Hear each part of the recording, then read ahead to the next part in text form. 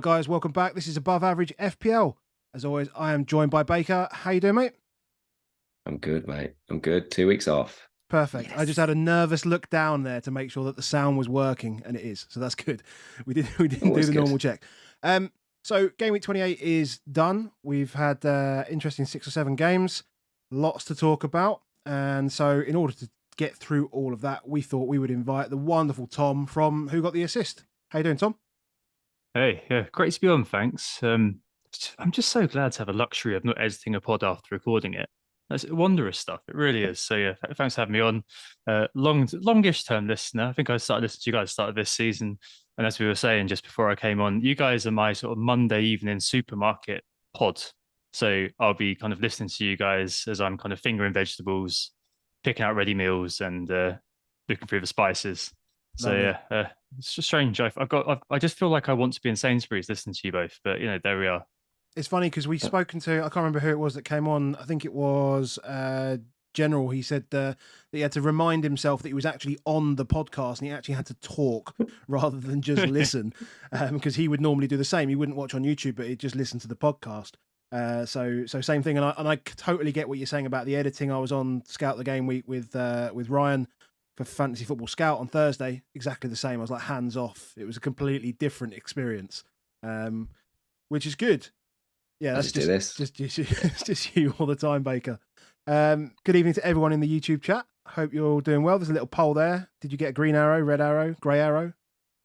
See how you got on in game week 28. Lots of green arrows by the looks of it to start with. 75% of people. So everyone seems to be happy, which is good for you lot. The Saka caps are coming in. They are. They're all flying. Is it the people who want to consume FPL content are the people who've got green arrows? Do you reckon that's what's going on? And everyone else who's got red arrows will come back to it at the start of next week when they kind of start thinking, oh, yeah, all right, I'm ready now. I'm ready. Yeah. So are we 3 out of 3 on red arrows here? Yeah. Yeah. Yeah, perfect. Cool. So, Tom, lead us away. How did you get? How was your week? It was basically it all came down to choosing the wrong captain. I went with Kane over Saka. That was it really.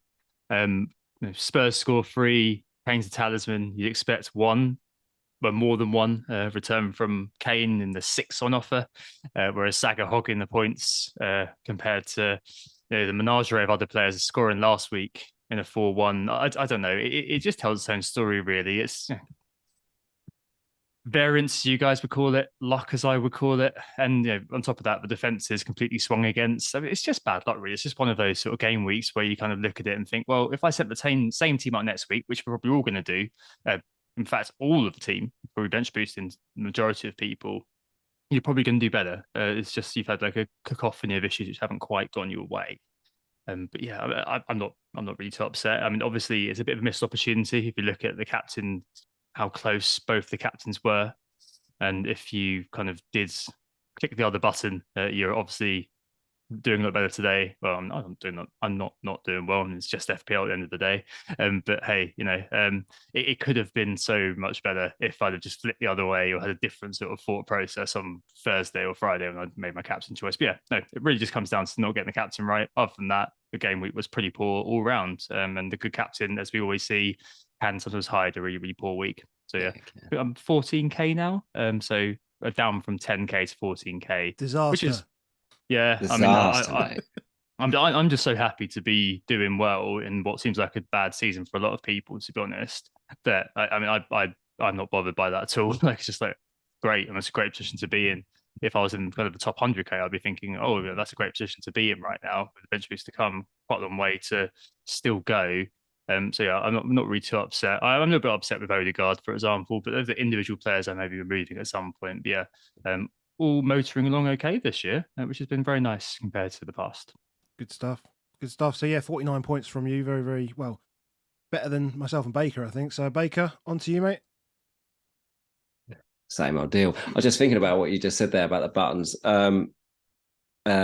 Jossie, who listens to us, and I'm sure many people know him. He tried to change Saka to Chilwell right on the buzzer, and it didn't go through. and it Bastard. didn't go through.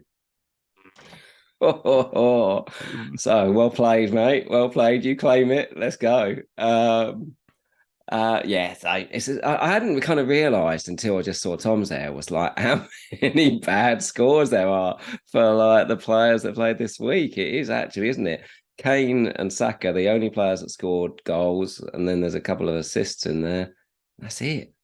Yeah, it's all a bit nothing. I mean, my red arrow's been pretty small as well, and I went completely away from the grain on captaincy. So you had 47 down to 120k, and myself 45 points. So just dropping down 2 points at a time. And doubling the rank up to 245k. Yeah, same thing, except I've got obviously full bench wankery because why the hell not? Obviously. And I, all week I was like Saka over Kane, Saka over Kane, Saka over Kane all week. And then I spoke with Ryan, and I'm not going to blame him for this, but it was the Europa League game was being played at the same time, and I said to him on the pod that if somebody fancied a risky punt on captain, Chilwell would be really interesting. Despite me not being that comfortable with Chelsea as a defence, I just thought it was going to be a decent punt. Didn't turn out that way. Chelsea conceded twice for the first time since Tottenham, which was their first home game of the season. Perfect. So it's just the way it was. We've all got pretty much the same. In fact, almost identical, right? Except I probably got one extra. I probably got one extra point in defence because I captained the defender. I think that's where. Can I take that as a win? Yeah, that's a win, mate. Brilliant. God, the defenders got done, didn't they, this week? Nailed. Absolutely nailed. Oh well, boys. Is what it is. So yep. Go on, Tom. You were going to say something? That was it. I would say it's very, very unusual, isn't it? Where you end up with one clean sheet across the board. I know obviously we've got even fewer games this week, but it comes up when you're saying the real winners this week are Tyrone Mings owners. That's what are the chances of that? It's a very, very high variance or bad luck or good luck if you are on the other side of it kind of game week. The only clean sheet of the weekend. Yeah. Exactly. Do you think clean sheets that might keep going? As people are pushing on, aren't they? We've got teams now like you didn't expect some of the score. Like you don't expect Southampton to score 3. You don't expect Leeds to score 4. You don't expect Wolves necessarily to score 2. Everton score 2. Those type of things. Do we think that we're in that part of the season where we could see more goals and less cleans? We are in that sort of hothouse phase, aren't we? Where we've got loads of fixtures coming, international break as well to break things up nicely for us. And just throw in that curveball of randomness around the fact that you've got players who have fatigued from internationals, you've got players who are come back from injury, you've got teams who've got varying motivations, players with varying motivations, and you've got a massive pile up of games, especially so if we're still in Europe. So what does that normally mean? Those are all ingredients for more randomness in FPL, which does normally mean more goals. So I think we are probably in that sort of area right now. And hey, we're all quite well set up for that, really, given the fact that, I don't know if you count Chilwell as a premium defender, but most of us don't really have that many premium defenders. No. All the money is sloshing around, sat in the bank. We're in a high interest rate environment at the moment. So it's good for that money to be in the banks. It's making you money. Hang on a minute, that's the wrong podcast. The reality is that, the money's there to be spent on trying to either, I guess, make the most of loads of randomness and loads of goals going in, or, I don't know, use for things as they change going forward, because there's so much value there in midfield too, like McAllister, Matoma, etc., and so on and so on. Yeah, that's a long way of saying yes, I think there'll be more goals. Cool. Yeah, I do look at it and start thinking that we are going to see more and more goals, or not even necessarily more goals in total, because I think teams, once they've got a lead, will fight tooth and nail for it. We've been talking about the gap between 12th and 20th, I think, the last 3 pods. It's getting closer. Every time it's closer. It's now 4 points in it, I think, between 12th and bottom. Correct, points are important. The best relegation race ever. That's saying something, isn't it, really? They look at the championship, it's always about the top 8 teams. They could all win this year, whereas it's the inverse in the Premier League. All 8 could go down this year. So, yeah, it'd be interesting to see how that goes. seemingly only Yeah. Brighton that wants to get in the top 4 at the moment as well, the way they're playing. I mean, I know obviously Newcastle won quite late at the weekend, but even in recent weeks, they've been stumbling, and it's almost like the not last season, but a bit like last season between Arsenal and Spurs. It was like who wants it the most? Both teams trying to give it away, and that's kind of how it turned out last year. And it feels like that's sort of happening again this year, but we'll see how that pans out. I think with some of the bigger teams obviously dropping out of certain competitions as well, they're going to go back. They're going to go away from 3 games a week consistently down to sort of more 1 and 2. So it should be a little bit better for those better teams as well. Being able to. I mean, I'm thinking of Tottenham in particular, I guess, and Arsenal, of course. Nice. Like Arsenal are going to have less to think about, more rest, more preparation. That all leads towards, in theory, better performances on the pitch at the weekend as well. So, yeah, all roads lead to goals, apparently. So, yeah. Yeah, we're all selling our Arsenal assets as we come into that period as well. So, yay, go us. Exactly. Can we talk about that? Can we just talk about that? Because you're an Arsenal fan, Tom. How many Arsenal players do you think you'll own in Game Week 29? It's difficult actually, because I've begun to appreciate more and more this year the value of not taking hits, right? Because you're basically giving away a striker's goal or a clean sheet straight away. And I've just been thinking more and more about the fact that normally you don't need to take a hit. So I've got 3 Arsenal at the moment. I've got Saka, who's obviously staying, Odegaard and Gabriel. I will talk about Arsenal's defensive data later on, I suspect. But I was just Odegaard to swap in for Martinelli a few weeks ago. That has to count as one of the worst transfers I think I've ever made. And I kind of wonder whether that's where I'll go and take Odegaard out for a player like Maddison, maybe Ben Rama, maybe another March, maybe Bruno Fernandes. So obviously, he's done 2 goals against Fulham, so he's in must-own now. I think that I'll probably go into 29 with max 2, but potentially just Saka from Arsenal. But I haven't got a free hit. So game week 32, I haven't got a free hit to manage that, so I need to be careful.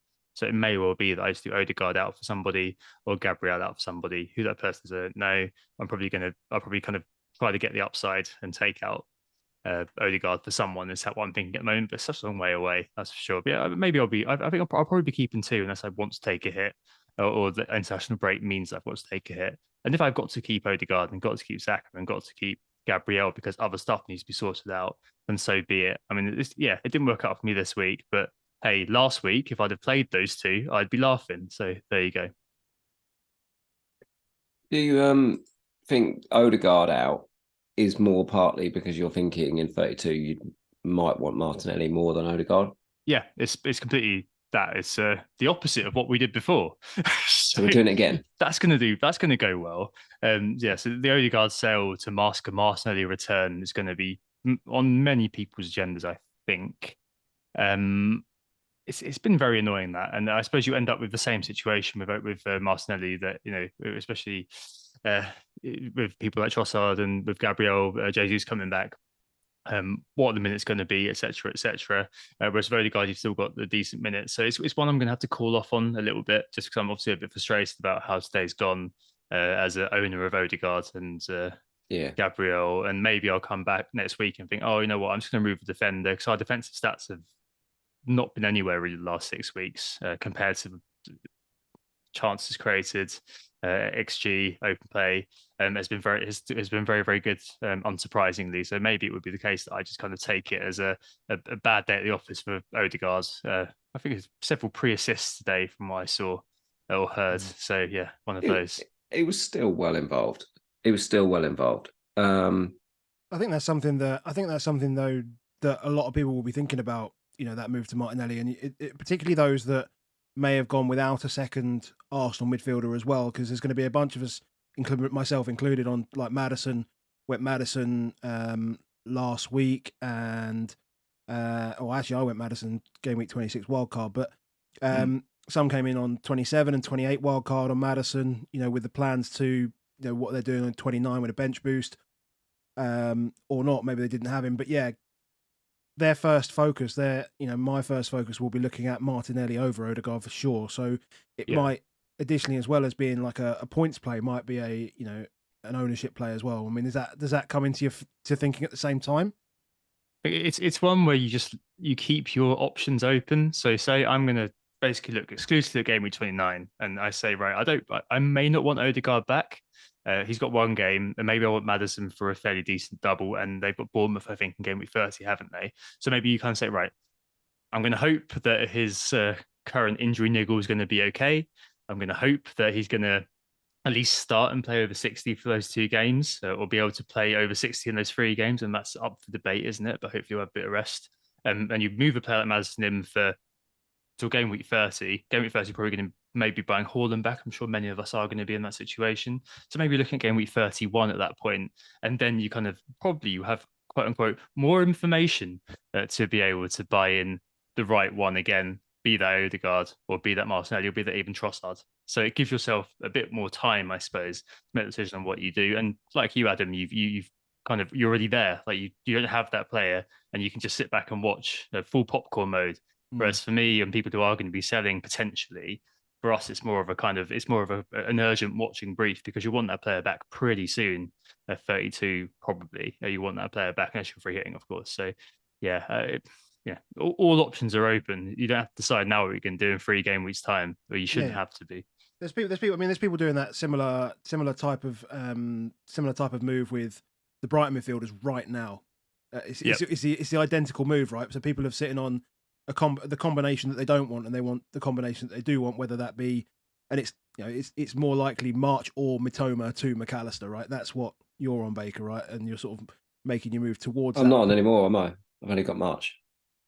Yeah, but you've used Maddison as to enable you to get McAllister in this week if you want to, and you've gained an extra fixture by making that move now, even though it was going to cost you the same amount of points. So you've already made that kind of move, and you're already sort of in that process. But other people will be in that process as well. Yeah, right now. So it's a similar kind of thing. I do think it's tricky if you haven't got a free hit still, because of now you got Man United and Brighton not in 32. Mm-hmm. Yep. So it's how big you can go on it.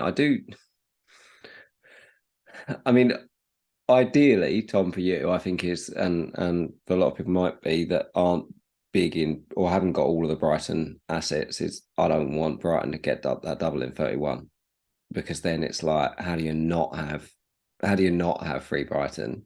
Whereas if they're not in 31, I'm not as concerned, because they obviously have a good double, but then they walk into away to Spurs, away to Chelsea, home to Man City, which is obviously that home to Man City is not going to happen. So it's 2 away games, then a blank. I think I'd be okay with, if I didn't have a free hit, I'm not sure that they would be my biggest priority, despite how well they've been playing. Because you can, you can get lucky, but you can also get unlucky in that team. McAllister obviously goes back slightly today in midfield. We don't know what could happen over the international break and so forth. I do think with Brighton, I think anything you've got to wait now for these next 2 weeks. But coming off of Arsenal, it's tough. I think Odegaard is one that I think we can do, because I think we're likely to end up back on Martinelli, and whether that's you're going to go, and also if you've got the free hit and you think you're going to use it in 32, and I think I will use it in 32, and I think one of the reasons I will is what we've talked about is I don't want to spend the money in defence, but I would spend the money in defence on 32.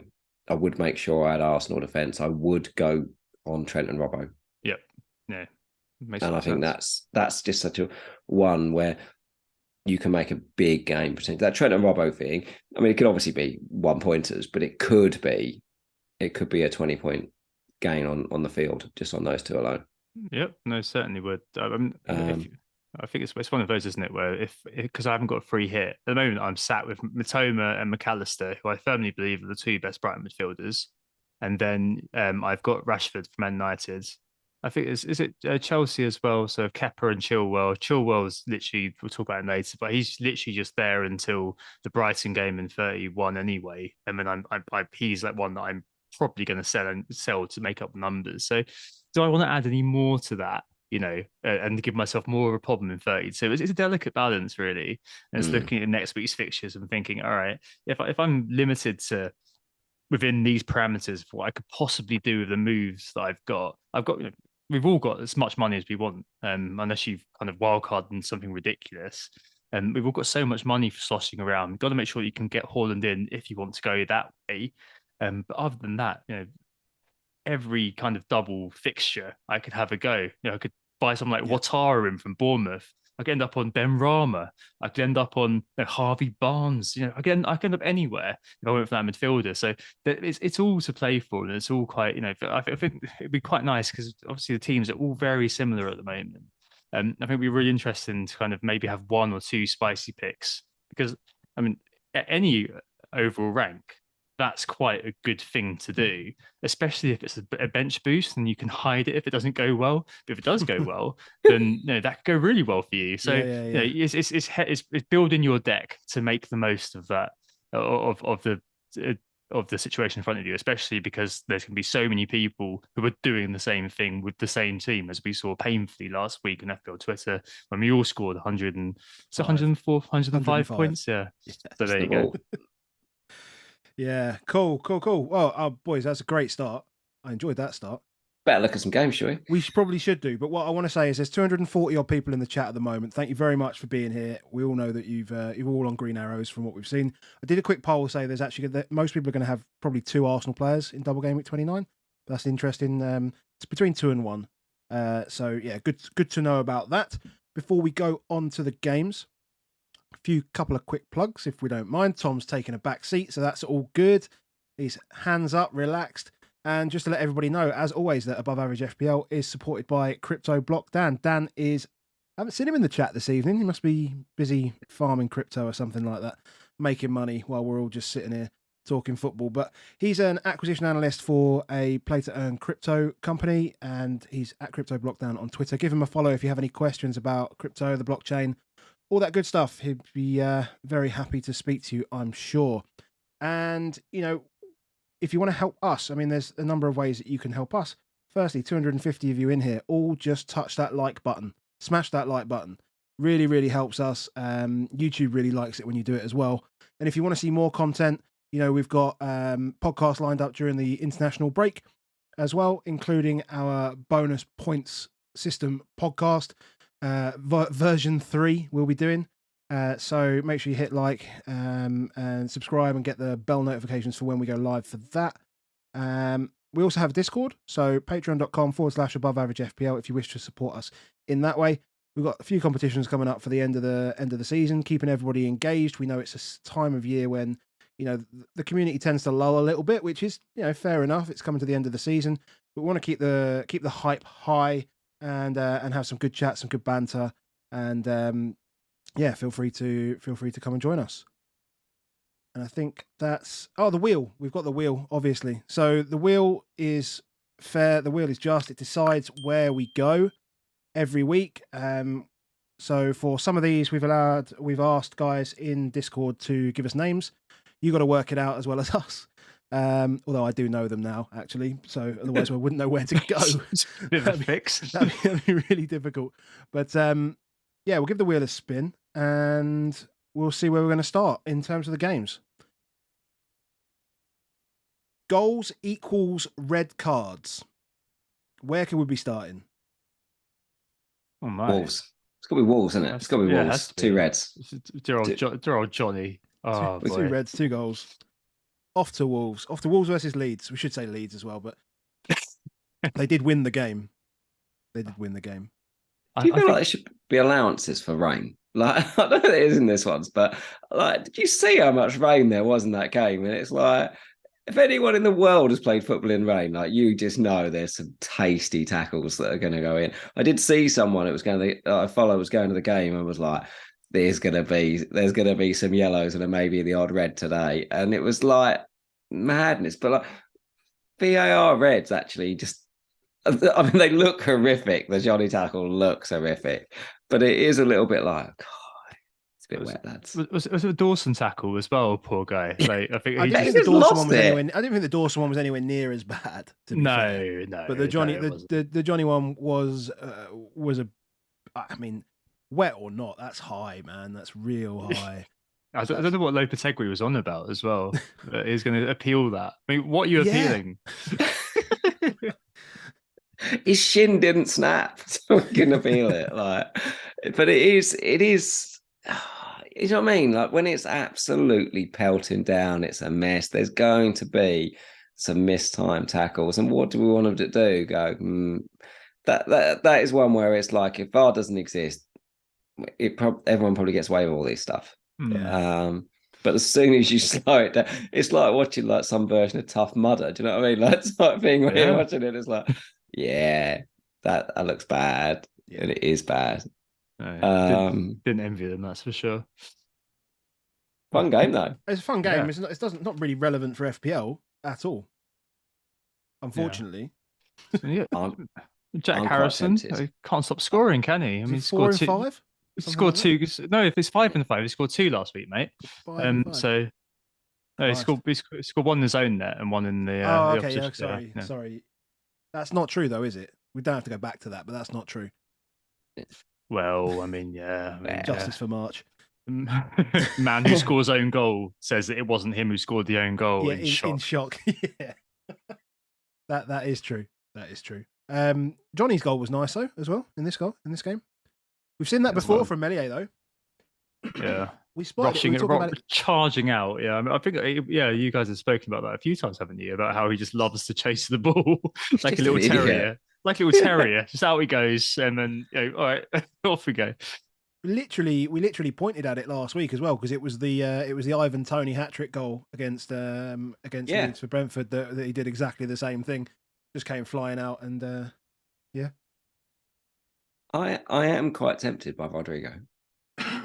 It sounds ridiculous because obviously he's not back, not played the minutes. But if you look at the heat maps for them, Bamford's basically not playing up top.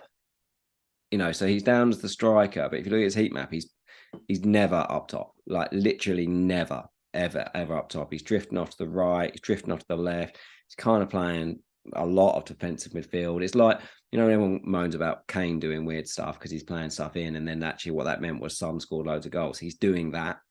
And I do look at it and think, cool, if he keeps him in and say, for example, he came in for Aronson or Nonto, because they need goals. And obviously he just comes in and he wants to score, and he does score and he takes pens and does all that stuff. And I'm like, 6.3.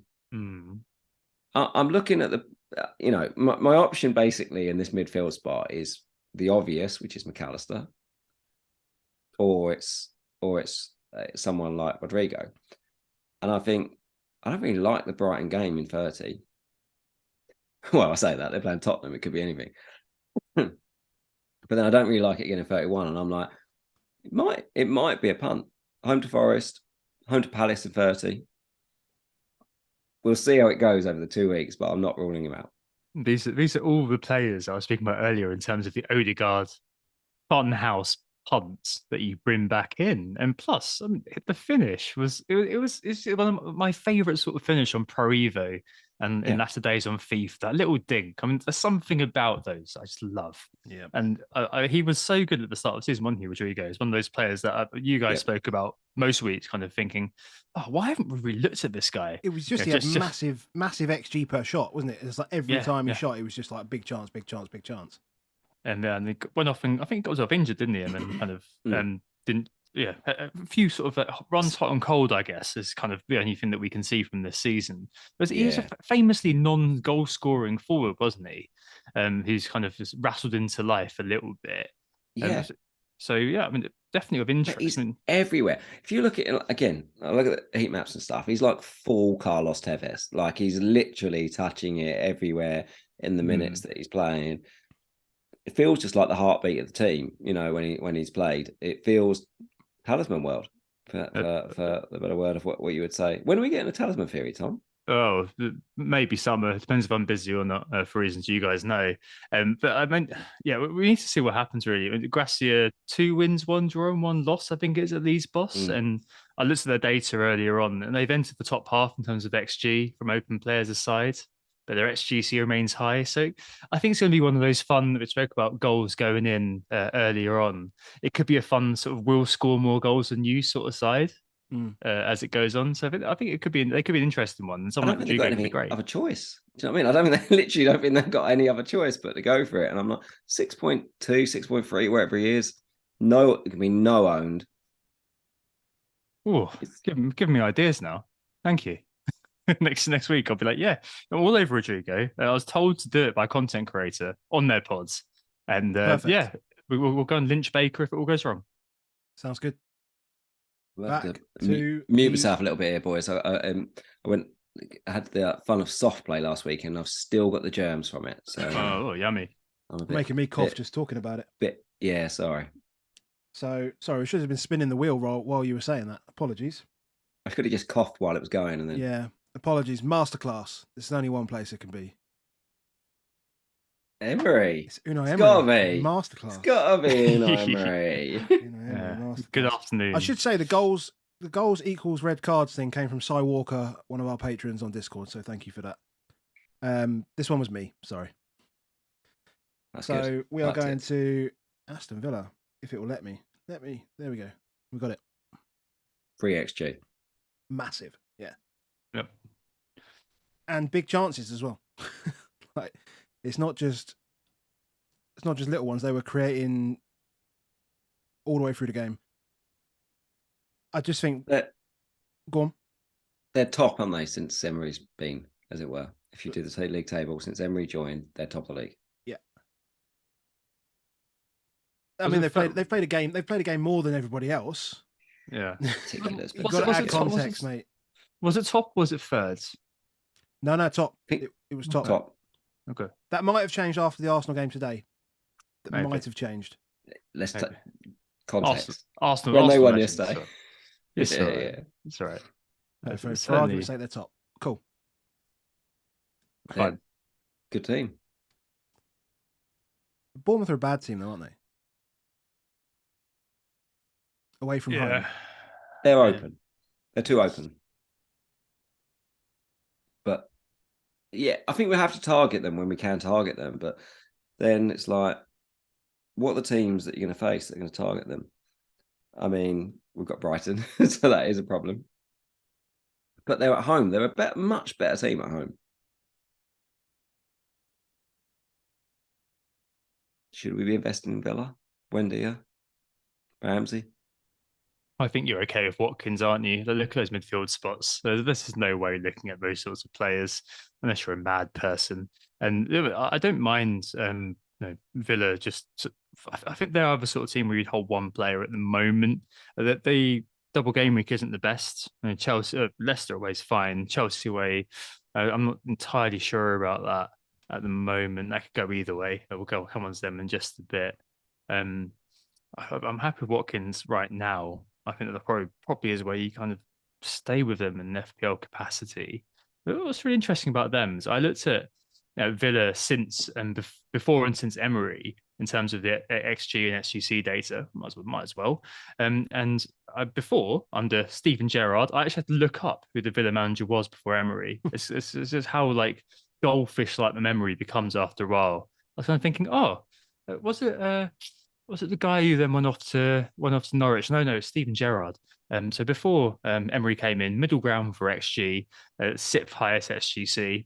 Since he's come in, 7th for XG and 6th still for SGC. So he's not really shored them up defensively at all in terms of the expected data, but offensively much better. And as we know, making the choice in terms of personnel, so shipping Ings out and building in the attack around Watkins seems to have really helped. He was really good in this game, wasn't he? Like 3 shots on target, 2 key passes, XG of 0.65. I'm very unlucky not to get more. I was in one of those weird sort of funks about him this week because, right, obviously I own Watkins. I wanted him to do well, but when the game reloaded, I saw that my min-league rival in the work league, which is incredibly kind of it's getting fever pitch. The amount of banter around the coffee machine is becoming pretty crazy. But he captained Watkins, so I was glad that he didn't score more than the assist. Oh, it's become that time of year. It's one of those. Yeah, we're getting to that point now where it's just 2 or 3 points between us, and every little helps basically. Proper Tesco moment. Yeah. Yeah. No. Watkins is good. Do you think there's an argument to go? Do you think there's an argument for any of the defenders if you don't want to say, if you want to maybe spread some risk? Because there's lots of people that are honed in on double defenses, call it Brentford, call it Newcastle at the moment. If you wanted to de-risk from a team like that, do you think Villa are going to be relatively safe? I mean, I wish there'd be more from Cash and Moreno, because they just feel more fun than Mings. I think that's probably just the bit that I just don't feel excited by getting Mings. And fine, 12 points is great, of course it is, but you just don't feel like you don't get Mings the same way you don't get Van Dijk, you get Trent and Robbo, and you don't get Koulibaly, you get James and Chilwell, and you don't get Eric Dyer because he's shit. That's why. Yeah. It's too business end of the season. If you've got a wild card left, maybe, but if you haven't, you're not making a transfer in Tyrone Mings the last 10 game weeks of the season. Like, it's just not happening. Yeah. Cash was 18 baseline for Cash. Good.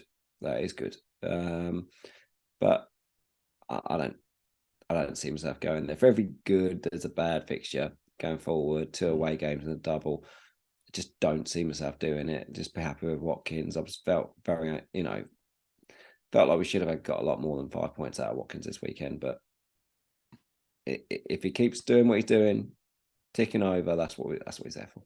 I mean, the 2 teams with the best run-ins, if we're looking for proper value, are Palace and Fulham, who we're not going to speak about on this pod, but their remaining fixtures are outstanding. Both of those teams, no double in 29 for either of them. And Fulham, obviously, I don't know who they're going to have left after everyone got sent off this today against United. I mean, Palace literally have 1 game against a team that's not around them. Yeah.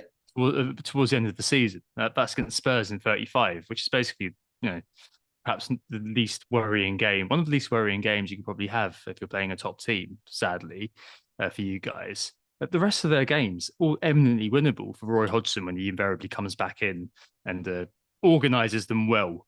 And Fulham, I mean, a very, very similar situation. They've got Man City in 34, Man United in 38. I mean, I think there's a Liverpool game to be restructured, and that's likely to go into a double as well. But the rest of their games, eminently doable. Teams all around them they're playing. And I think I would look at those players really, 29 out of the equation. Those are the guys I'd be going to rather than buying in a Villa player. Because as you said, Baker, it's just not, the fixtures just don't scream buy me. No, I don't. I'm just worried that you're trying to convince us all to get Zaha again, Tom. Oh, I've never done that. I don't trust Zaha at all. He's just really. Yeah, Let's move on.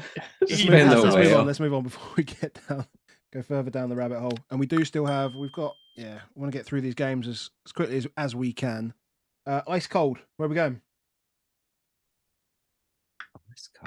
Ice cold. A chill? No, not that cold. Chilwell would have been good. I thought it was a Chilwell reference. Ward-Prowse scoring penalty in the last minute? Well, he would be, yeah. That would make sense. But there was another player that scored a penalty in the last minute as well, and I picked that game instead. So, up to Forest versus Newcastle. Yeah.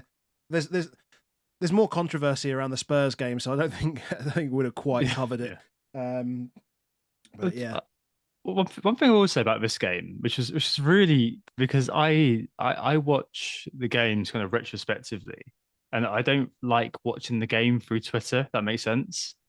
So I watched Match of the Day or something like that. I did notice watching this game properly, how few people actually watch the games online who are commenting on the game which is currently happening. Like, it was amazing. Like in the first half, for example, where Botman got his boot stepped on, it came off, and it looked like he was hobbling because his boot was off. But I saw across group chats, across Twitter, potential issue for Botman. He looks really injured. And people are like writing that everywhere. And I was like, no, like his boot had come off because it had been stepped on. It's just amazing, really. They Like like the drama, Tom. They like and the drama. none of these people, yeah, we all have Alison Steadman, but yeah, none of these people were watching it. Like it's amazing. It really is. I mean, it strikes me every time I'm watching a game live, and you kind of think, oh, there's so much misinformation out there. It's just So much amazing how it so quickly catches fire, doesn't it? Yeah, Newcastle in general, though. I mean, do you guys think they're just missing one or two things? One essential creator. So if Mason Mount's available, they should probably buy him or get him on free Yeah. transfer. Or if they're going for the all muscle midfield, a left back who does the same job as Trippier does, like a Liverpool light. So I think they really lack that sort of one lock picker at the moment. Watching them play over the last few weeks, is that kind of something that you both agree with? Yeah, Pretty much. I think they wanted Marino, didn't they? They wanted Marino, who's gone to Villa. And he looks like he's exactly the sort of player that would have been good there. Yeah, Mason Mount. I hadn't really thought about that for Mason Mount, but that would make a lot of sense. It does seem odd that they didn't spend more money in January. It does feel like they were a little light. They didn't. Getting They there. were supposed to go and get Maddison, weren't they, as well? Yeah. So yeah, obviously, I do think that they will probably look at the teams in the bottom half of the league and clear up wherever they can, and take what they can. But is that good? Takes a good pen. Yep. Could have scored more. Great finish for the first goal. Mm. I think the main story is Trippier, really. Taking the ball when the pen was given and standing there soaking up all the mind games. You had Navas using everything that he'd learned at Real Madrid, and then just Trippier stood there taking it all and gave it to Isaac, who's just been completely in his own world, not really watching all this. And scored. It's so clever, really, really clever. It's only come about recently, but it's happening across a lot. It's happening like as a thing now. It's never happened in the past. Normally, it's been like penalty taker grabs the ball. That's been because it's like an ownership thing, right? You need to have it because otherwise you're not going to get to take it. Yeah, Aspi did it, didn't he, for Kai? He did. Aspi did it for Kai in the Club World Championship, and then now everybody does it. It's something that you can imagine proper football men being like, "Oh, I hate this. I hate the fact that they do all this." But it's actually just clever. It's a clever behavioural analysis of what can happen if you're the penalty taker. So Emi Martinez out of a job, basically. Yeah, there's a moment though where it goes on for so long, and you're like, maybe Trippier will take it. I hope Trippier does take it. That was a little moment where I was like, maybe. Nah, stop. No. I mean, the thing is like everybody knows who the penalty takers are now anyway, so the keeper can just ignore the guy that's standing on the bloody spot anyway and just walk over to the edge of the box and just start chirping in his ear out there instead. If before the deadline it drops in that there's Brighton Newcastle in 31, would you be tempted to move, say, Toney to Isak? I think, yeah, he's one that you'd be looking at and thinking he's in the mix for it. I mean, we'll speak about Toney when we get there. Isak on his own, he's always been a player that I've rated. I've actually owned him this year. I owned him for that penalty that he scored, and then after he promptly got injured. But I thought I'd jump on him early, so I can kind of say that I spotted the potential of Isaac. I don't even know which one it is. Very early doors. I really liked him as a player. In all my time on Football Manager, he's performed very well for me. And that tends to be the barometer for how much I like the player. People who pretend they've watched every game for Real Sociedad are kidding themselves. One who'd be on the list, decent-ish fixtures for Newcastle towards the end of the season with that Brighton double. And also, as I mentioned earlier on, they need a difference maker. At the moment, it looks like being him. So, Talisman theory perspective, you'd probably be thinking of him as the guy who may be the one who hauls them into, especially for the money they spent on him, who hauls them into that top four spot. Like, maybe he loves the responsibility and will thrive off it. So, yeah, I wouldn't say no to that. It just really depends on, we've got Toney roulette, I think, when we get there. So what's your avenue back to Haaland then, Baker, if you would consider Isak in 29? Because I think you know where the avenue is.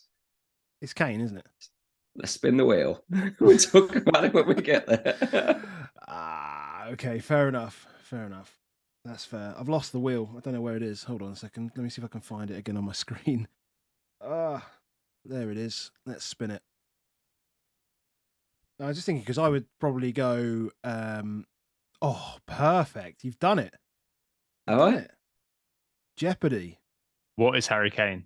No, it's not quite that. But there's definite risk of somebody missing one game in 29 if they get booked in the first one, which would be Mr. Ivan Toney. Yeah.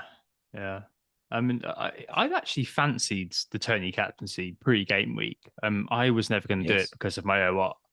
But I was not like dropping like hints that my rival was to put them off and make them fall further behind. That's a hindsight thing. But at the time, friends of mine who I genuinely do care about as people, I was saying, yeah, if I wasn't where I am OR wise, I'd captain Toney because Leicester's XGC away from home was appalling. Toney was doing very well. Toney was the sort of player who could benefit from playing against Leicester. The one reason for that, there's something that I noted, is have you guys seen their Brentford's XG in terms of open play versus set play?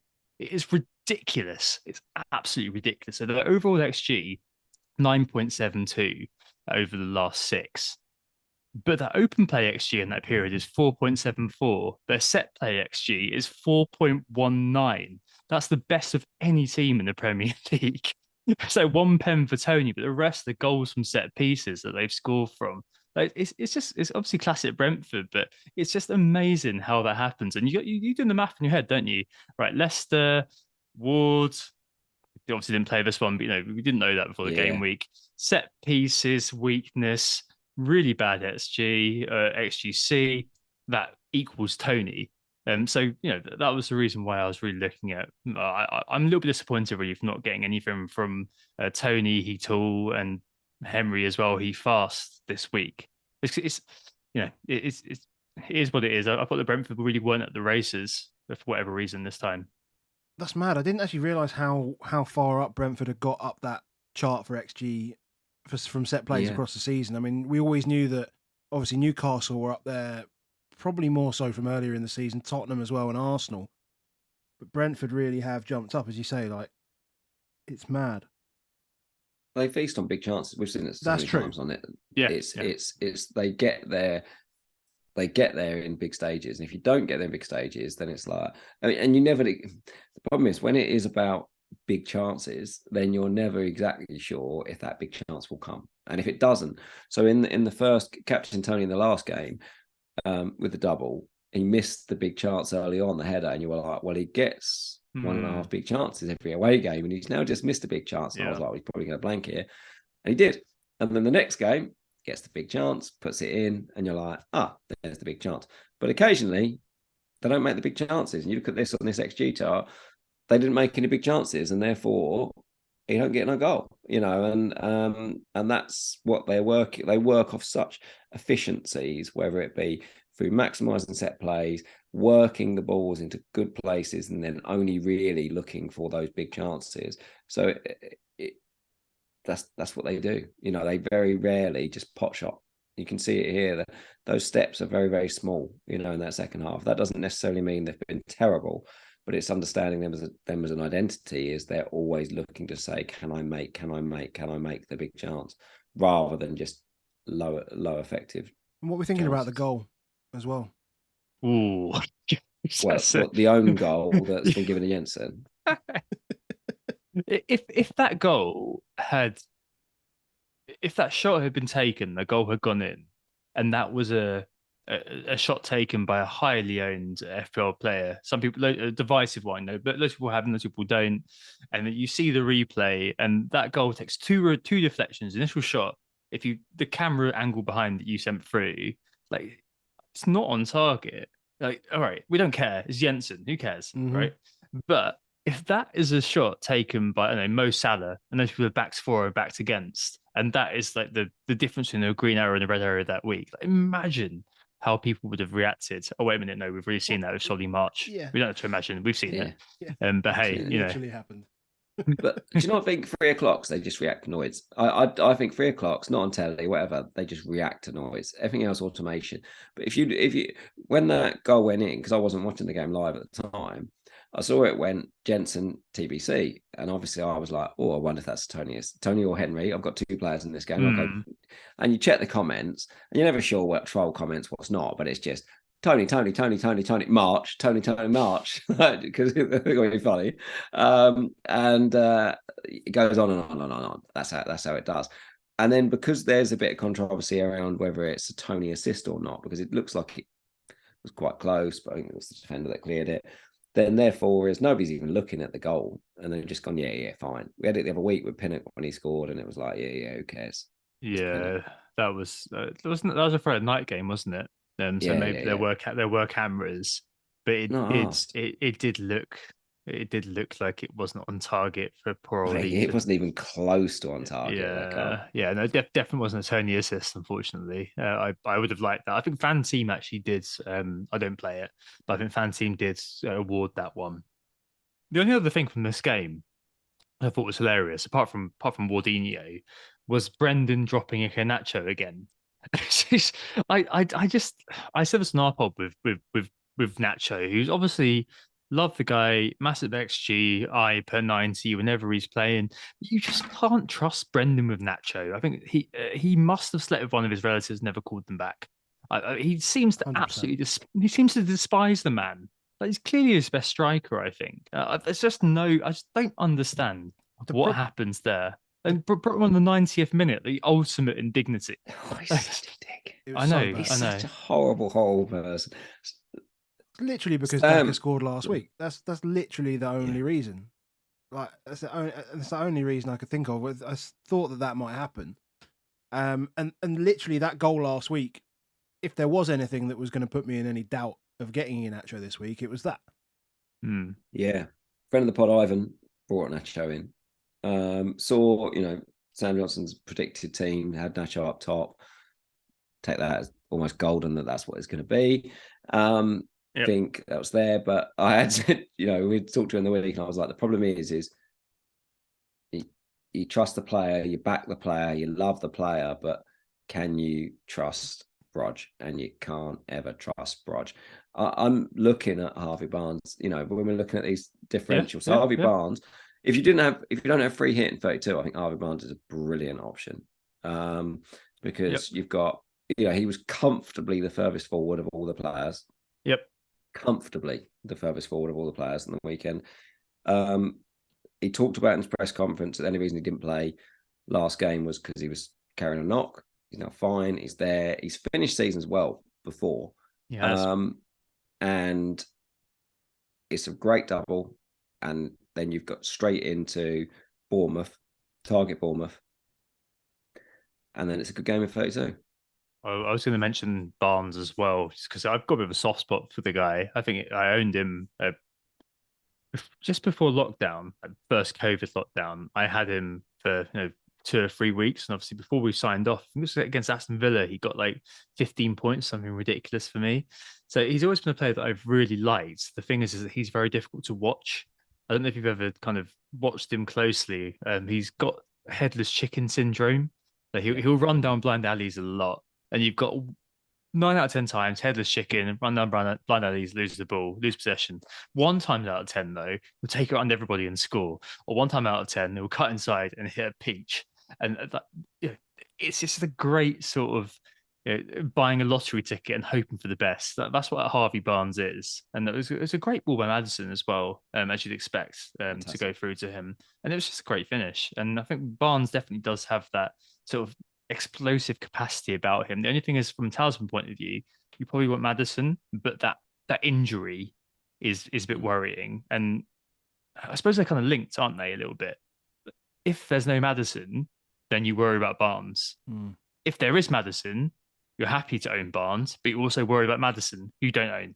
So that's kind of the conundrum you get with Leicester, and that's the conundrum you get with whether you own the Maddison, you own the Barnes. Because if you trust Rodgers, you're probably okay. I think Rodgers does seem to like Barnes. Obviously, Maddison is the heartbeat of the team. But I don't know. There's always a bit of discomfort, I feel, about those players. Yeah, I do think there'll be a game where there'll be like a Barnes and Madison 30 point in between them. Oh, Like absolutely. madness. The thing on Madison came at the end, but they did say he did say it was cramp. He did actually go on. I saw BBC Leicester, wherever you start, searching these things deep. But apparently it was just cramp. Apparently, he hasn't been training a huge amount, so it does suggest that he's still carrying. That's so concerning, isn't it? Really, like it's not. It's just, if you're thinking of investing in a player, like Yeah. I think that you've got to move away from the idea of buying a player for 2 weeks a lot of the time, especially at this point in the season when transfers are so precious. You think of investing in a player or investing in a team almost, because that's what you're doing with Madison. You're investing in Leicester actually being of note going forward. That's really concerning, isn't it? If he's still getting cramp of the same injury that he's been carrying for a long time. Like the worst thing is a player who's carrying an injury like that, especially if they're FPL relevant, because then you might think, actually, I'm not sure about this. If the team's dependent on a player like this and they're a bit iffy, then maybe the team's a bit iffy as well. But yeah, good double, isn't it? Crystal Palace away, Aston Villa at home, and then Bournemouth for 30. I mean, that is all winnable. Yeah, they don't help him when they play him. In a way, playing in the tens not particularly great for him at the moment, Madison, because again, look at his touch map. He touches the ball everywhere. Yeah. I would at the moment play him off the right, and it means don't play Tete. But that's what I would do: is play an extra man midfield, play him off the right. Say don't do as much, James. You can't actually run as much as you need to. Just be a bit more set and disciplined to where you're at. But he just flogged him, and then guess what? He gets cramp. Yeah, good old Ricardo Pereira. Take up the slack until he gets out for 40 months again himself. Standard. So Hickey Toney, and Pereira both got bonus on a 1-1 game here, by the way. Yeah, that's good stuff, isn't it? That's literally why I mentioned Pereira. So it's just like, wow. Toney. No, Toney. Let's talk Toney. Taking him out? I could see myself taking him out.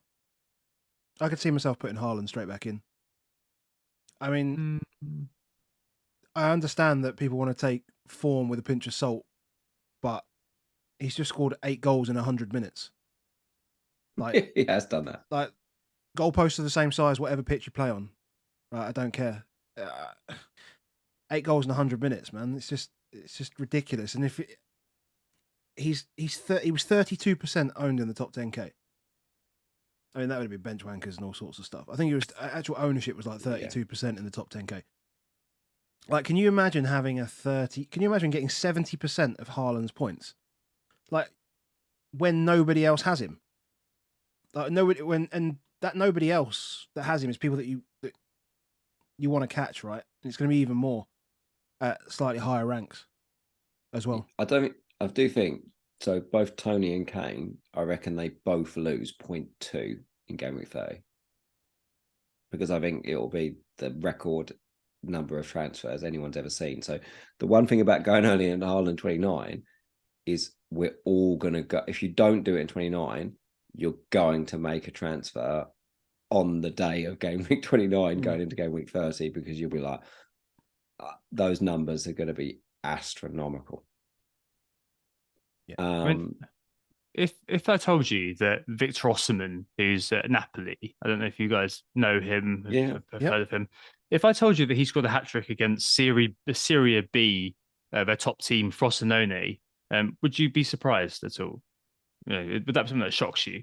No, not shocked. And I mean, would you think that would just be something normal that you'd be expect the Serie A winners to be the leaders to the top striker for them to score a hat-trick? Erling Haaland scored a hat-trick against Burnley. Again, like, do you think that that's just not normal? Do you think that's just something that? I mean, do you not think that maybe you've kind of? I mean, obviously it's Liverpool, yes, I know, and we're pretty much all people who have sold Haaland and me buying him back.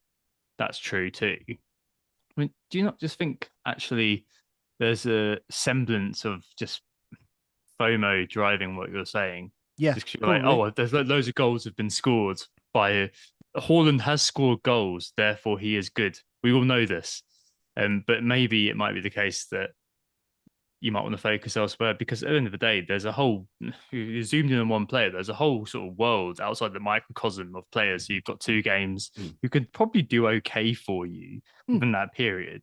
And it's a case of kind of sizing up the long-term strategy over that. Well, I would see it as more of a real short term. It would be a short term punt, right? As an opportunity when Haaland's EO is at probably a season low for this time of the season. So, is he capable of scoring a hat trick against Liverpool?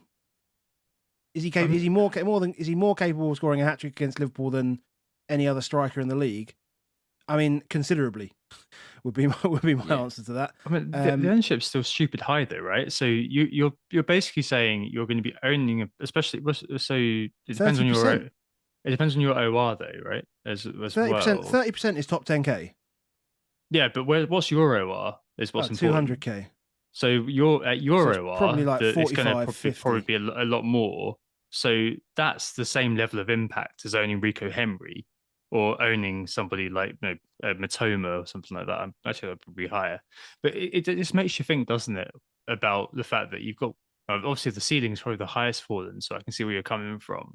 It's just whether maybe you want to figure out that if you want to spend the transfer elsewhere, that would be the only thing. And maybe you kind of think, I'll go for somebody who can help me out going forward. Maybe you get somebody who can help you out in that one particular game week. And Liverpool have not been too terrible since. I'm not going to. Their defensive numbers have been better for the last 6-7 weeks in the Premier League, certainly. So there is that to consider. But I'm certainly not ruling it out as a move. No, I see where you're coming from. Genuinely, I see where you're coming from. It's just one that you got to separate the. There's a huge amount of risk with it. I understand that. Separate the fear from the reality. It is a hit, isn't it? So yeah, so if it's a hit, you need Haaland to score a brace to make that up, straight away. Yeah, versus the striker that goes out. Plus, it means no Bruno. Like immediately, it means no Bruno because there's no money to do that. So it is. You go in. There's a lot of factors I have to consider. But I might feel that I just want to take the punt for the hell of it anyway, because what's an OR at the end of the day? We'll get lured in by doubles, mate, next week. We'll get lured in by doubles next week. Like, we can say it now. We'll see it. It will. I don't know. I feel like I've kind of turned the corner on this. So I've been going for 6 years, right? You guys have been going for a little while less, and you're in the middle of FPL Twitter, whereas I've kind of come to realize it's an entertainment source rather than a news source. Mm-hmm. And I just don't care. Like I'll hear like you guys say, "Oh, this is definitely worth it," blah blah blah, because everyone else is doing it. I don't give a say it.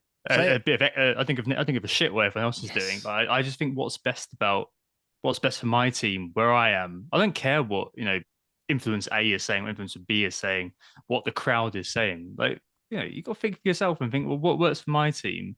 Like, what's fear of what everyone else is doing, and what's better for where I am, what my situation. And over the last few years, my biggest regret every year, and I've looked back until this year, I had a good start this year, so it's kind of helped me along the way. But losing that sense of respect for what everyone else is doing, just thinking about what I want to do, what I think is best. I don't give a shit what everyone else is doing. I really don't care. It's more about kind of breaking up that bubble and thinking, oh, actually, yeah, it's great to hear people are enthusiastic, and it's great to see people talking about the thing that I love, which is FPL. But I mean, it's just like football Twitter. Like, I don't care what people say on football Twitter. Like, they all love football. I love football, right? But they put all the points of views on football Twitter are nonsense. And it's the same on FPL Twitter a lot of the time. Like, a lot of it's just rubbish. Or you take what you need from it.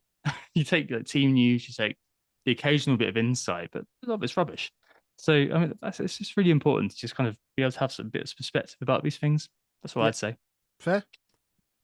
Let's hit the wheel. Let's hit the wheel. What have we got left? Got that many. We've got 3, I think. So we still need to zoom through these ones. So Desmond. Chelsea. Let's go. Let's go. So you just Chilwell? Oh, no. Chilwell Kepa. Oh, Kepa. Well, Chilwell captain, so it's all the same, isn't it? Yeah. Two Chelsea defenders. Equal disappointment. Yeah, unfortunately, yeah. I think the one thing that I noticed from this game, above everything else, is that Badiashile has B Badiashile on his back. There's another Badiashile. Yeah, exactly. Just in case. Just in case. I'm sure there's a reason, I'm sure. But there's got to be a reason. If someone knows a reason, let us know. Why is that would have to be in the squad as well. It would have to be in the same squad as well, wouldn't it? Surely. It's like his younger brother just Is he in like the youth team or something down there? We will Just find out. Waiting for his Not- Let's opportunity. find out from this. Not so bad. Yashile is Not on the bench. It was depressing viewing, wasn't it? This one. I mean, Chelsea were doing they were doing okay, and then I don't know. Just it was like whenever there was a set piece given away. Like, I think it's the Sean Dyche fear factor for me. Like as soon as that set piece was given, in my notes here when I was watching the game, in preparation for this pod, I wrote, "Yeah, Keane in the second half could have scored any set piece you fear a Dyching," and then suddenly, straight away the corner sort of comes in. Yeah. You're like, oh god. Like, it's just it's so annoying. I think it's the double clean sheet as well. There's something kind of worse about that happening, isn't there? Yes. I did think as soon as the lineup come out, I was surprised that Pulisic comes back in, and I thought like he was terrible for Chile. Like it is immediately, it's just an extra guy. And it's like we face this. We've seen this game under Conte many times. A 3-4-3, but actually what you technically got is two strikers, and then you've only got one winger. But the one winger then gets in the way of the wing back that's there, so then it just becomes weird. And I did think if he keeps playing Pulisic, I don't think that's particularly good for Chilwell. It kind of limited, if you took away the number of corners that Chilwell took, realistically, like I didn't really think Chilwell was ever going to score or ever even be that involved as much as possible. So he ends up with like, if you just look at stats, it looks like good numbers on his key passes, 4 key passes. It looks like good expected goal involvement. But did I actually think he was going? Did I think, he's about to return big here? Not really. What? Like, I was completely the opposite. Really? I was counting the goal involvements, like possible goal involvements for him. I'm sure you were as well, Adam, to be honest. I counted 4. And the positions he was taking really, well, really he did good. 4 key passes. That's exactly. what he ended up. I counted them. I didn't even look at the stats amazing. Just right? felt too deep for me. No, I didn't think that was at all. Oh. There was like the chance for João Felix was in the box like a few times. And I think at 20th minute, they're close to an assist for that. Touched on Felix in the box, really good positioning. I noticed he was in the box like a few times, or at least kind of in a position where if they'd played him in, if the person who had the ball in the centre had played him in, he'd have been basically not quite 1-on-1 for a keeper with the keeper. At least had an open chance. And I thought he actually did look really decent to the eye again, which is probably why the eye test is flawed. Because at the end of the day, we could both watch a game of football and walk away, respect each other, but have a completely different idea of what had happened. Yeah. But maybe I wanted more. I think I wanted more. Is more the case? We all wanted more. We all wanted more. I thought he was unlucky in the first half with his shot, and then he was only. Do you want to call it a misplaced pass for the Felix goal? Because obviously it was yeah, and that's being generous, isn't it? I think he was. It was just a cross, wasn't it? Really, but yeah, just a cross. I thought Felix and Havertz were fantastic. I thought the pair of them, though, Havertz. I felt gutted not owning Havertz watching him. He was on everything. Yeah, he was on everything. Like we talked about the other week about them not being that big side, but in the other box, he's such a good header, attacking wise of a box. Positionally really, really good. And in fact, actually, you talk about defensively, he was obviously very unlucky not to clear that Decore flick as well. He almost had it both ends. So close. It was so close. Really close. But we're all getting in Ellis Sims? Are we? No. Sunderland legend Ellis Sims. How old is he? It was his first game, wasn't it? First goal? He's very young. I think he's 20. Something like that. The oldest looking 20-year-old I've ever seen. It's weird because normally when these young guys come in, they're all like scrawny and thinking he's fucking stacked. He's like 22. 20.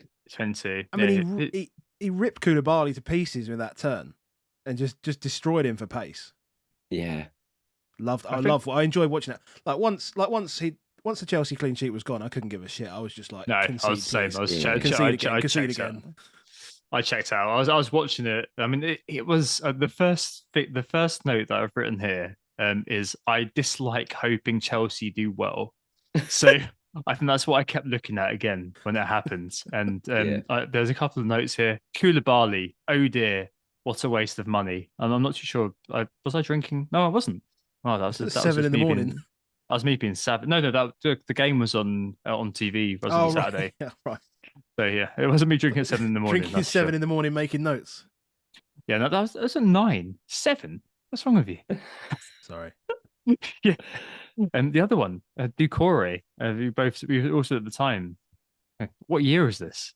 What year is this? It's like 2017, mate. Walcott, Decore, like. It felt so Football Manager, like Dyche going into Everton. You know, Football Manager, sometimes you go in, you see a player who the previous manager has put in the reserves, and you think, oh, this guy's really decent. He's got 3 stars. He could do the job in terms of midfield. Slightly what Dyche has done with Ducore or with Duke, because I knew him at Watford back in the day. Fair play to him, to be honest. I think he's playing for new contracts as well. #motivation. So yeah, it was one of those, wasn't it? Where for the game itself was kind of fun. Like the kind of eventual end result was kind of fun, but there were huge lulls in the game as well, which you always see with Chelsea. We have had some headway on the Badiashile with the B beforehand. Apparently, his elder brother Loic Badiashile was also on Monaco books when they were both there at the same time. So they carry their first initial with them anyway, and he's carried that forward to Chelsea. So cheers to FPL Rovers for that. Oh, thanks, FPL Rover. That's really heartwarming. Let's get onto the wheel.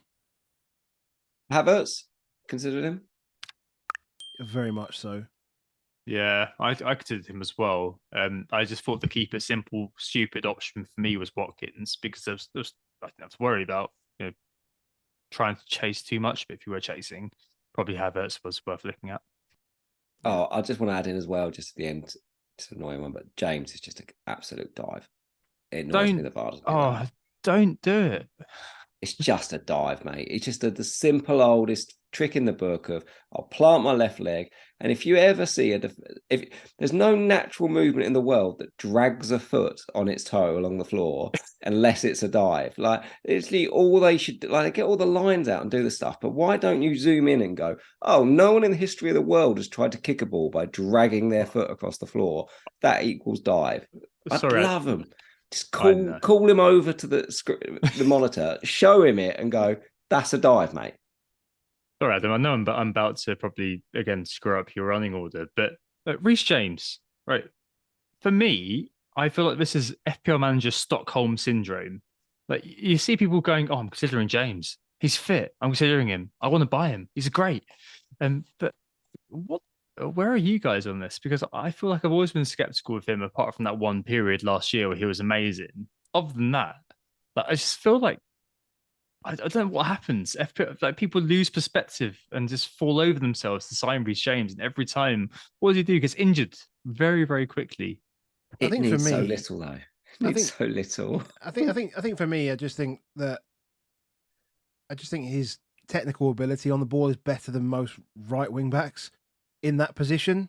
You just have to look at the goals that he scored against Newcastle and whatever, and just how he kicks the football. If you then compare that to how Emerson Royale kicks the football, how Ben White kicks the football, how just go through them, right, and just show them how they kick the football.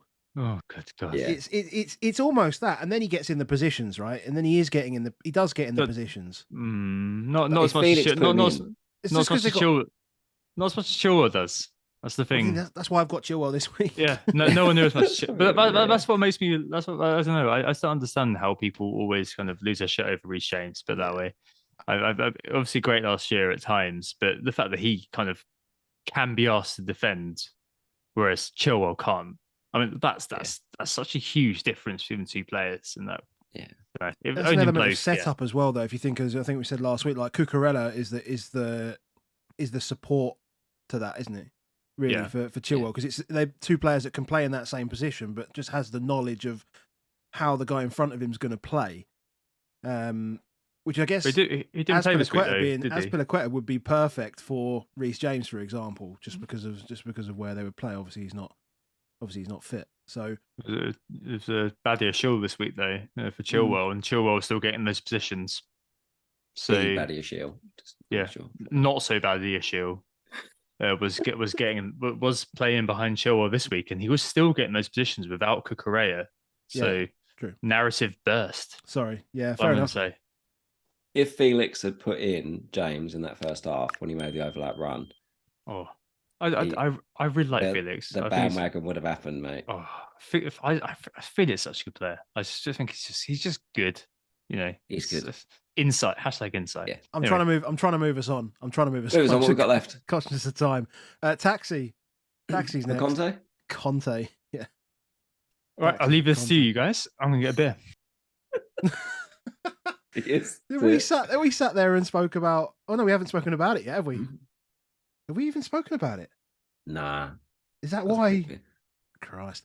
Well, what do we make of this then? Because I thought that despite Richarlison going off, actually we still, Son and Porro actually still were pretty effective in the first half. Yeah. And then what you can see in the chart, I mean, like there's a huge lack of communication, whatever, in the first minute when like Perisic just goes wandering, and Walcott just finds himself with 4 miles of space, and just finds an easy ball across for Shea Adams. I hate him. I just hate him. I'm really struggling to just go. Conte or Perisic? Conte, I hate Perisic, but I hate Conte. Like, Match of the Day did a really good thing, I thought, in that they did the old diagrams of Tottenham defending in a 5-4-1, and they made it out like it was a new thing. And it was like, we've been watching this all season. We defend as a 5-4-1. And then it just completely unravels everything that Conte says, because he's like saying that they're not doing the stuff that he's telling them, and they're doing all this. And then Match of the Day show literally as well drilled a perfect 5-4-1 as you can ever do. You're like, mate, this is your team doing your shit, and that's why it's crap. If you constantly sit in a 9 men behind the ball formation, and then the one up top is your slowest player, you're never getting out. You're going to invite big chances, and it's going to happen, and you're going to do stupid stuff. And that's what we do. And we're always going to be limited. Okay. And get them out.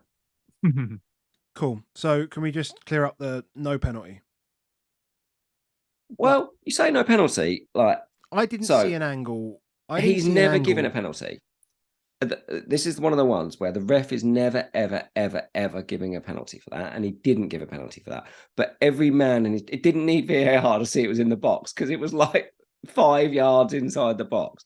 But he's given a free kick because it's one of those where you kind of could see that someone gives a free kick for it because 2 have gone in, and that's all a bit stupid. And then because he's given a free kick from it, VAR are not checking the contact at that point. They're just checking the position. And therefore, it's going to be a free kick. And but this is why I saw a few weeks ago, Michael Cayley did a tweet saying about the fact of the lack of free kicks that now happen around the box, because refs are scared of doing it, because then you end up with weak free kicks being turned into penalties, and they don't want that, so they just don't bother. And then that's where we go. Then this is exactly the reason why refs have not been given these cheap free kicks, because we've now had one. It's 5 yards inside the penalty box. They have to give the penalty. And as soon as he gave the free kick, we all knew exactly what was going to happen. And it's shit, but it's the rules.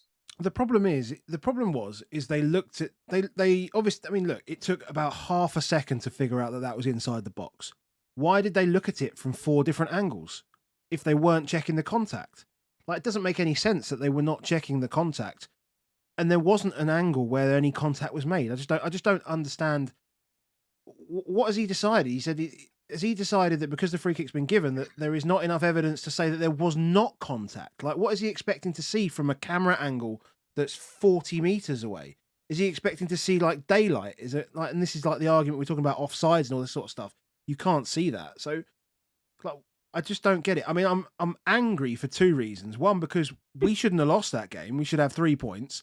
And 2, because we were fucking terrible once we went 3-1 up. It was just, we weren't bad throughout the game. I mean, we weren't great, but like, it's one of the better first halves that we've had all season, to be fair. That's saying something, isn't it, really? It is. It is, but Yeah. we had chances in the first half. Like Dyer had a chance, and Porro missed about 3 or 4. I mean, Porro looks exciting if we can play to his strengths. Yeah, and he gets the space. It'd be very decent. I think it'd be decent for you actually. No, definitely a marauding fullback. I think is an interesting addition to the Arsenal. That's for sure. Yeah, It's quality. What he's a happens really good player. what happens if you go to a 4 at the back? I don't know. Where you go God. with him. So I think we're talking about Decore rolling the years back. I've got 2 questions for you guys. Walcott scored a goal. When did he last score? Was it for Arsenal? No, it No. must have scored for you. Was it against us? Of course he scored for us, yeah. But when did he last do a goal? I mean, he's played for Everton and Southampton in between. When did he last go? Was it not? No, that was a Season before last. Vestergaard goal, wasn't it? Something like that. Getting close. So May 2021, the Super Sub versus Fulham. So 20 months ago.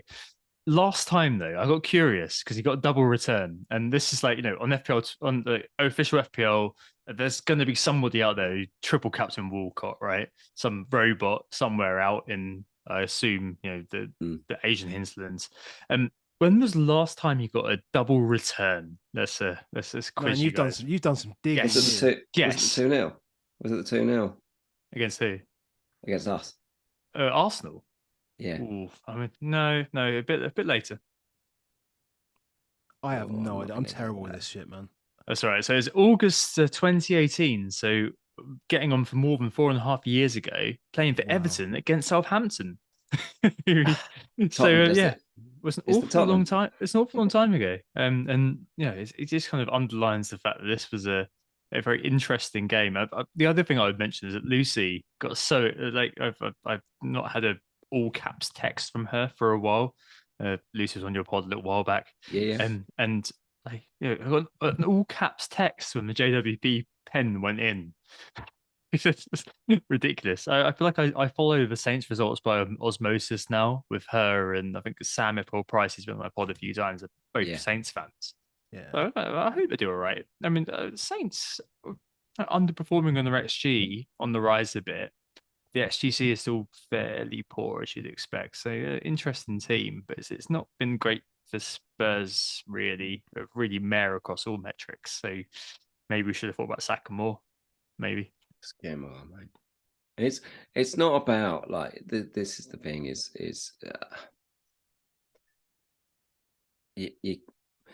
he doesn't get the right to do what the comments he's gone. That's our job. We get to do that. Like we're the fans. We get to say like how we've been playing for 20 years, or the manager or the owners, and we get to do all that, and we get to do this stuff. But 60,000 people don't get to go and cheer on his team when he don't give a fuck. Nah, like it's a proper lame duck situation, isn't it? Really, and I mean, I did a tweet with "Let's see who you really are" from Scooby Doo. Yeah. When Conte's face being removed for Mourinho, it was very kind of like he just gone complete Mourinho. Maybe it's a siege mentality play. Or maybe it's just that I don't know. I do feel for Conte a lot. Like obviously losing 2-3 of your best mates. Yeah, of course. And yourself going through stuff, and then your wife and family are in Italy.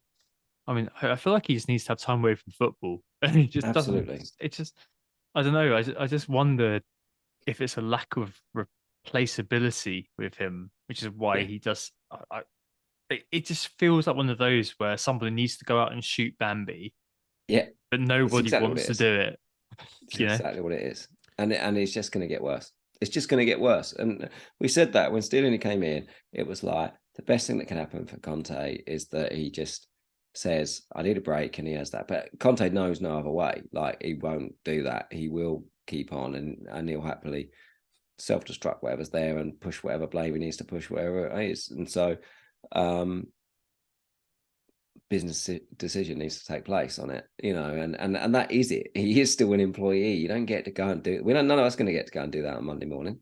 Oh Um, yeah, I'd love to every now and again, but yeah, we all would on yeah, sometime with where we work. Yeah. But like, if we did do it, we'd probably be on LinkedIn or be speaking yeah, to recruiters and going, "Yeah, I need somewhere else to go." Like because I just abused my staff. yeah, Just and even Dion Dublin of all people, he of Up the Stairs of Bedrooms fame, was saying like if it was me, like, I'd be like, boss, why have you just called me out front in the media? I mean, if Dion Dublin's upset, then you've got a real problem because I mean, a very basic man has a problem. That's most players. Uh-oh. Yep. Cool. Hour and 25. We need to move it on. Let's get away from Spurs. Get away from One left? Southampton. There's one left. I think it's one left anyway.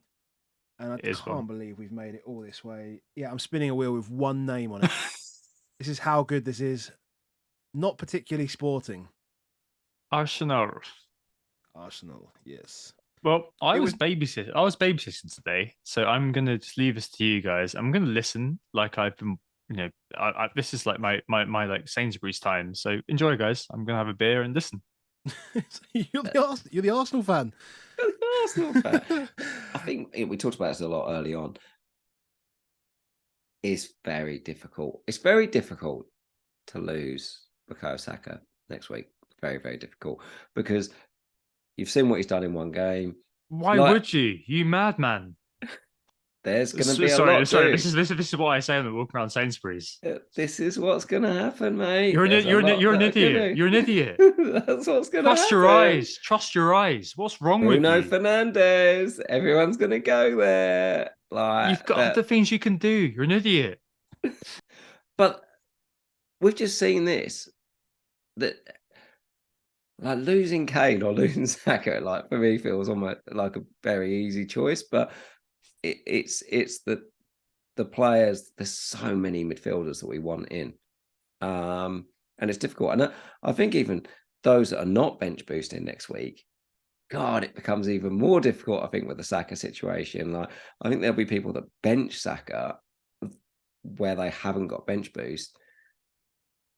He can do this in any game. I said before we came on here, 45 players got more expected goal involvement this weekend than him, but comfortably he got the most points. Everything that we talked about in the pod last week about him playing, quite wide right, there's a lot going on in the middle that's not involving him. That happened for the majority of the game. But guess what? He came off the wing once, he scored. And when he did beat his man on the right-hand side, he scored again. Yeah. Yep. It's just his season. I mean, that was always. I think that was going to happen this game anyway. It just felt like a game where, when the second supporting defender, the guy that comes in to help and double up against you is Wilfried Zaha, then there's always going to be a problem there, and that's exactly what happened with the first goal that he scored. I mean, I'm not going to talk about the Martinelli. Well, the Martinelli goal, like he obviously Saka beats his man, and then plays a crossfield ball to Martinelli, who just like I actually wrote a couple of notes on this game as I watched it back, and I wrote Martinelli versus Joel Ward, lol. That's all I wrote because like what a fucking stupid matchup that is. Like, there's only one winner in that conversation, and then the second one, like when Saka actually scored. Mitchell comes off his man to actually press. I can't remember who it was that played the pass now. Was it Ben White? I think it was Ben White that played the pass through. Ben White. And so once Mitchell's made the commitment there, like Zaha's not tracking Saka behind Ben White, behind Mitchell, no chance. And he's just found himself space. And I think, did you mention it earlier, or was this before we came on? I mean, like the bad keeper. Yeah, should have saved it. But then, young guy, second fixture he's ever played in the Premier League, So there's some allowances I think you have to make there. Like the third goal was just like pure vertical football, like in like the best kind of vertical football with 3 or 4 passes, and they went from halfway line to goal. Like it was just like lightning. Like Xhaka just ghosts in, and then like Saka and that last goal just finds himself in the centre, doesn't he? Finds himself in that position where we say he's not, or he hasn't been for most of the game, and there he is. He scores. I saw a stat earlier that second goal he scored was the only goal he scored all season that wasn't either a goal to take the lead or to put them to drawing, as it were. So they were losing. Yeah, so and brought them a back to it. meaningful goal, as I used to That's call phenomenal, it. isn't Wow. it? That is phenomenal. Game-changing hero. That's I mean, for it sure. was definitely Kai. offside. It was offside, yeah. I mean, yeah, there's definitely arguments for and against, but probably he was offside. No, he was. Of course, he was. He was also standing in front, but it was like, yeah, they've already lost. It's sort of source what I was sent in the WhatsApp. I mean, I even put it on the screen. That's where the ball is when I got the screenshot. Like Whitworth can't see anything at this point. Like just literally, and the highlights that I was watching as well was like he just said, "Yeah, it's absolutely fine. He can see everything." I'm like, you can't see anything there. He's a bit shit though, isn't he? So even if he saw it, he's a backup to Gaeta. I mean. Is this 18? Is it Matt Whitworth, isn't it? Yeah, Whitworth. 18-year-old, 20-year-old kid. Fair play. It's like if you got to treat this at the same level as if he was playing Man City away. Like it's exactly the same. Like this year, it's exactly the same. Yeah, okay. I mean, we got to look at it that way. Like, no, poor guy. Fair play. Yeah. So what was he going to do? None of us captain Saka though, and that did well. Yeah. And then, I mean, but didn't you know it was coming? As soon as go to the warm up and Anderson pulls up in the warm up, and I was I think Saka's fascinating though, because it's all about, and then using FPL sort of terminology, it's all about if he can graduate from being a City attacking threat, where it could be him, it could be Mahrez, it could be Grealish, it could be before Haaland was involved, it could be KDB, it could be all these sort of players. So one of the orchestra, if he could graduate from being that to a Mo Salah long term, where okay, everyone else performs to a high level, but he's the guy who's the guy who can perform to the highest level. He's the guy who's on the end of everything. And all top teams have players who can smash out of the park, but to consistently do that on your own is FPL gold. And I love Bukayo Saka. And the more I talk about this, obviously, I should have captained him, blah, blah, blah. I spoke about him earlier on. And so why I didn't. That's been the biggest question hanging over him from an FPL perspective. I've got no questions about him from a player perspective, but from an FPL perspective. And we had last week, we've all been saying, well, I've got some problems with Saka. He was double marked.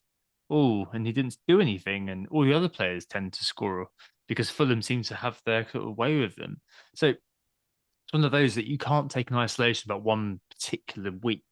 It's more about kind of the net performance over the course of the season.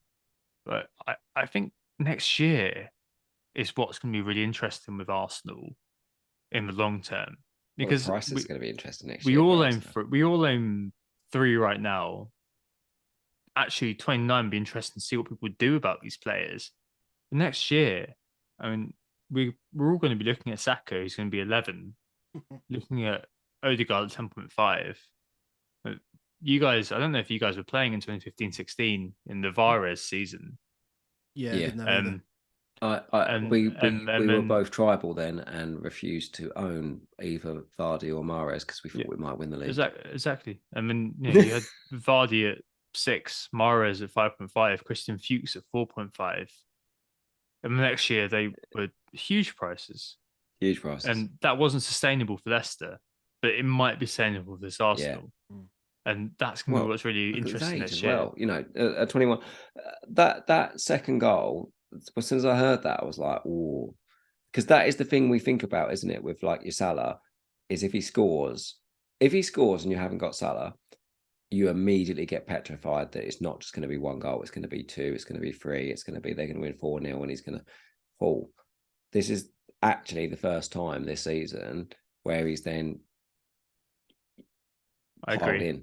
I agree. I think we've maybe reached a tipping point a little bit with this guy, and he scored that second goal coming off the wing as well. That might be a very important thing. Is that not only is he scored the 4th goal, a non-meaningful goal, but he scored it in a position that's not off the right wing, and suddenly you're like, maybe he'll do that again. It's always been there.